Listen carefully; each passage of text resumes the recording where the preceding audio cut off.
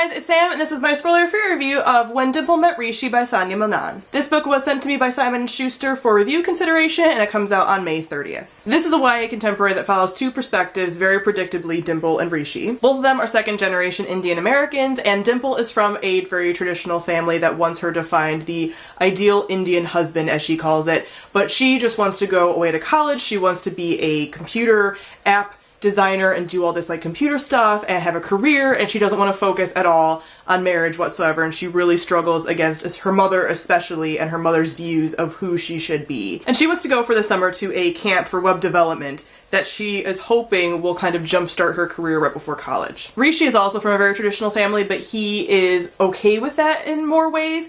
He does not struggle against that as much, and he is being set up in arranged marriage with Dimple. But Dimple is not aware of that, and he is. So his family sends him to the same web development camp that she is going to. Their families kind of arrange it behind Dimple's back, but not behind Rishi's, but he doesn't know that.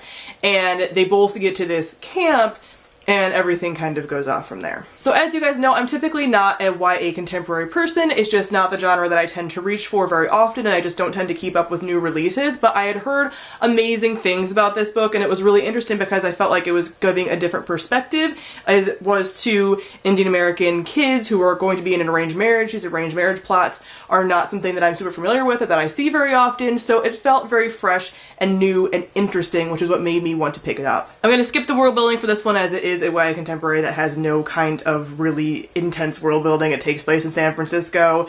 It's not a huge stretch for me to be able to envision anything like that, so I'm just going to skip and go into the characters for this. I really liked the characters in this story. They're both very cute characters from the get-go. I was just pulled in by how cute the entire story was, but still kept a very real element to it, so it didn't feel too like happy-go-lucky or anything like that, or too sickly sweet. But Dimple is a really fun character because she is very much fighting against her very traditional mother in particular, but she also has that element of still having some bond to her family. It's not just a very like stereotypical like, oh, I just hate this and I'm rebelling against this completely. Like, she felt like a very real, complicated character where she was still struggling a little bit, but was also able to put her foot down when she needed to against her mother. Like if her mother was saying something that she felt was sexist or was kind of like holding her back from what she wanted, she was able to say those things.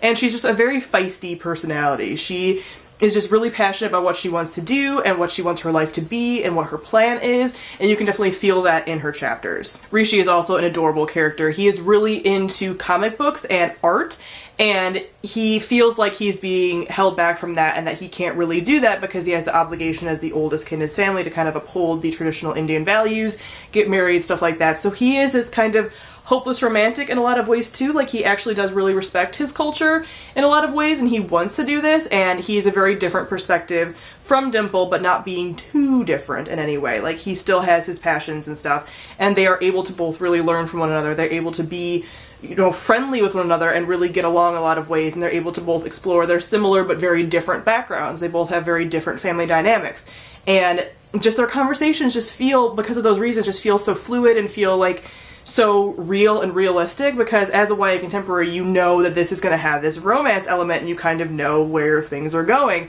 So instead of it feeling very forced, they felt like people who would interact and get to know one another and become friends and maybe become more and stuff like that. So it was a very cute plot with them and the characters from the get-go. This is a very character-driven book because it's about these two characters and their potential or not potential relationship, and it was just adorable to watch them. They also have a couple side characters in there too, which I thought were cute as well. There's the roommate that Dimple has when she goes to this camp. It's more like a program. I don't know why I keep calling it a camp, but they stay in dorms, they don't stay in tents or anything like that. But her friend was also a really big element of it too, and it just felt like a very fun summer adventure that they were all kind of going on together, and the friends that you make really instantly when you're in this kind of situation and you're away from home for like a short period of time, and you guys get bonded very quickly because it's like a 6-week program that they're in.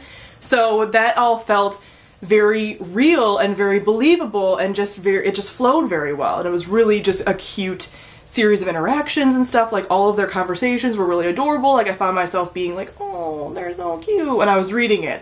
So that's really fun, because a lot of times you'll have me like rolling my eyes at a lot of like YA contemporary conversations because it's just not my style. But this was something that I definitely feel like can appeal to a lot of people. Next, I'm gonna get to the plot because I've kind of already talked about it, kind of gone into it a little bit, but again, I thought this was really cute. The chapters are split between both of the characters, so it'll go back and forth throughout a chapter with the different perspectives, and you can kind of, it flows really well. So you'll have one character have something and then they'll switch over to the other character, but it flows well. You're able to get their distinct voices. It doesn't feel like they all bleed together, and you're not left like, oh, I just want to get back to the other character. Like, it's a very constant, fast thing, so this was an incredibly quick read. I will say there were elements that I found a tad bit predictable, like, again, with contemporary stories that are in this kind of vein, there's only so many places it can go. They're not exactly known for their twists and turns or anything, so that was the only thing that were at times it was just like, okay, it's just like a really casual, cute story, but I don't think that was a bad thing at all. I think it was just a very cute story. Like I said, they went into their backgrounds, and it was a very different cultural background that they were talking about and exploring in a non-judgmental way, and the differences there, and the differences with their families, and how their experiences as children of immigrant parents, and all of that kind of thing, and how all of that just affects their lives was a really good discussion as well, and I just found both of them adorable.